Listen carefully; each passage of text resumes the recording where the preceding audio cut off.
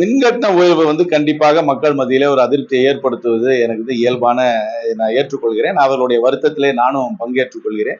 என்னை பொறுத்த வரைக்கும் மின்வாரிய வாரியத்தை நீங்கள் வந்து சீர்தெய்ய வேண்டும். அதுக்கு இருக்கிற கடன் சுமையை குறைக்காவிட்டால் இந்த மின் கட்டணம் எல்லாத்தையும் குறைக்க முடியாது. ரெண்டாவது, நம்ம ஊர்ல இருக்கிற பவர் ஜெனரேட்டிங் பிளான்ட் ரொம்ப பழைய பிளான்ட், அதெல்லாம் எஃபிஷியன்சியே கிடையாது.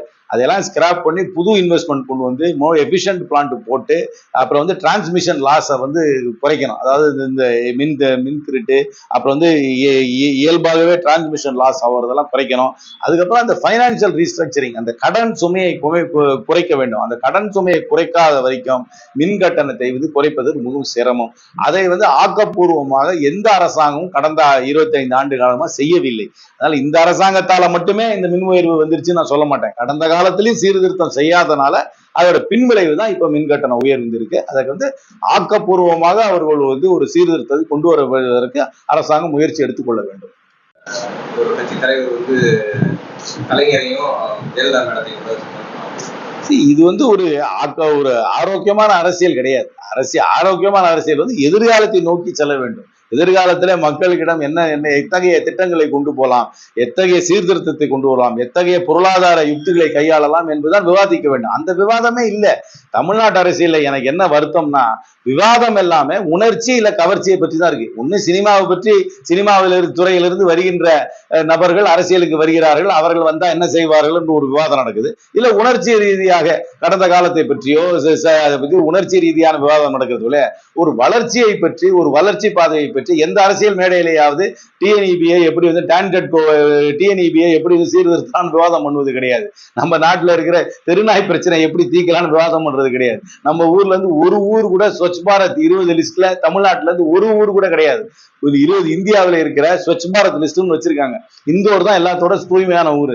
அந்த 20 லிஸ்ட்ல ஒரு ஊர் கூட தமிழ்நாட்டை சார்ந்த ஊர் கிடையாது. இந்தியாவிலே அதிகமாக கார் ஆக்சிடென்ட் ஆகி இறந்து போறது, ரோடு ஆக்சிடென்ட் ஆகுறது தமிழ்நாடு. இதை பத்தி விவாதம் செய்வது கிடையாது. தமிழ்நாட்டு அரசியல் முழுக்க உணர்ச்சி கவர்ச்சியை நோக்கிதான் செல்கிறது தவிர வளர்ச்சியை பற்றியோ ஆக்கப்பூர்வமான விஷயங்களை பற்றியோ அரசியல் மேடையில் விவாதிப்பது இல்லை என்பது எனக்கு வருத்தம் அளிக்கிறது.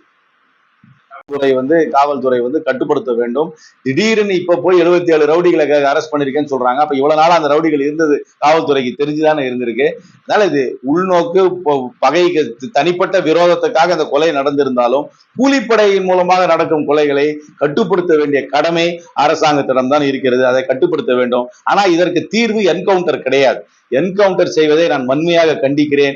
யாராக இருந்தாலும் அவர்களை குற்றவாளிகளை கைது செய்து நீதிமன்றத்துக்கு முன்னாடி அவர்களை நிறுத்தி அவர்களை தண்டனை தர வேண்டுமே தவிர என்கவுண்டர் செய்வதை ஏற்றுக்கொள்ளவே முடியாது.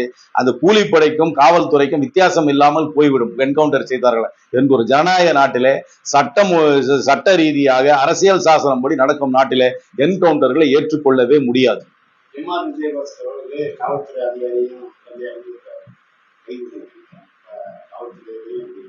இருக்கு. அதான் எல்லா இடத்துலயுமே இப்ப இந்த மாதிரி சம்பவங்கள் நடக்குது. அதுக்கு சட்ட ரீதியாக அவர்கள் நடவடிக்கை எடுக்க வேண்டும். சட்ட ரீதியாக அதுக்கு மேல வழக்கு போட வேண்டும். சட்ட ரீதியாக அது நீதிமன்றத்தின் மூலமாக தண்டனை வழங்க வேண்டும். அதுக்கு நீதிமன்றத்தை தாண்டி யாருக்கும் தண்டனை வழங்குவதை ஏற்றுக்கொள்ள முடியும்.